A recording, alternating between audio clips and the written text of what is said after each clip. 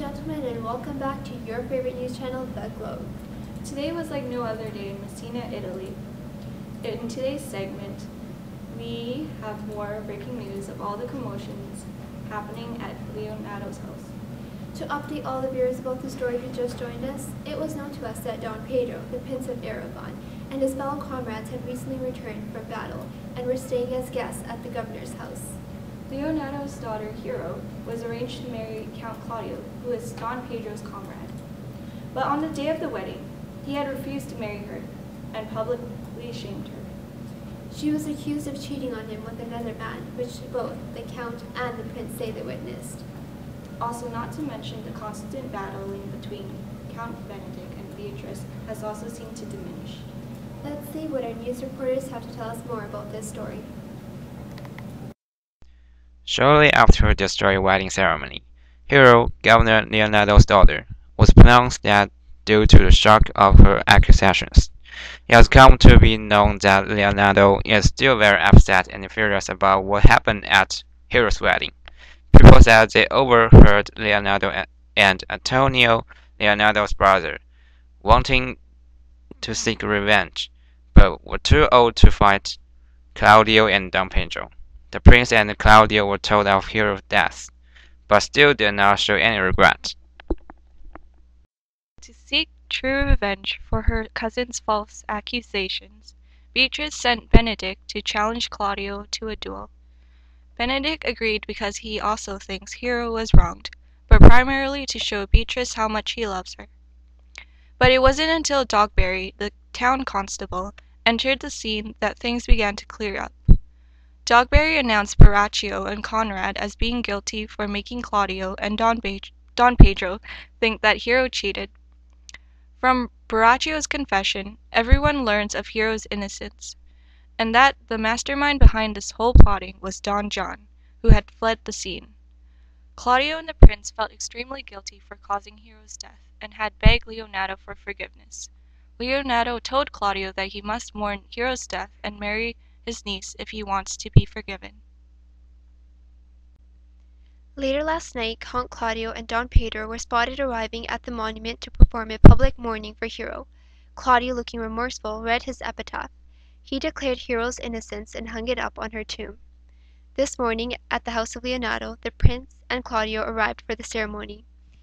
After the confession from Borachio, Hero, Claudio, and the prince were announced as innocent, but Hero's maid, Margaret, was in some fault for slander, though now we learn that she was oblivious of her doings. That also makes her innocent, but it is unknown to why she did not tell Leonato. Before the ceremony, Count Benedict had asked Leonato if he could marry Beatrice, and his request was approved. At the wedding, Claudio learns that the niece he had accepted to marry was actually Hero. As Benedict tried to marry Beatrice, they came to discover that they were tricked into falling in love with each other by their friends. But all was saved when Hero and Claudio gave them the love letters that they wrote to each other. Both of the couples were married this afternoon. We have a reporter, Cyril, who is live outside the courtroom where Don John is being sentenced. Over to you, Cyril.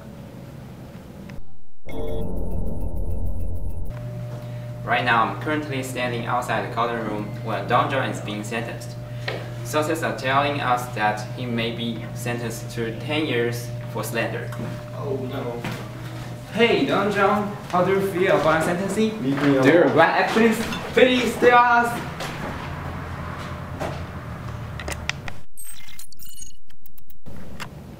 Well, it doesn't seem like Don John is too pleased about his sentence. Indeed, Stephanie. But moving on, we managed to get Count Claudio on the line to share some of his thoughts. Claudio, can you tell us what you've learned from your experience, and what can you tell us about the deceptions you've faced?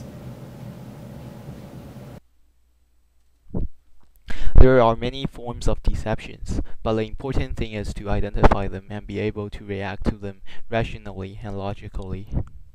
One should never jump to conclusions without knowing the whole story.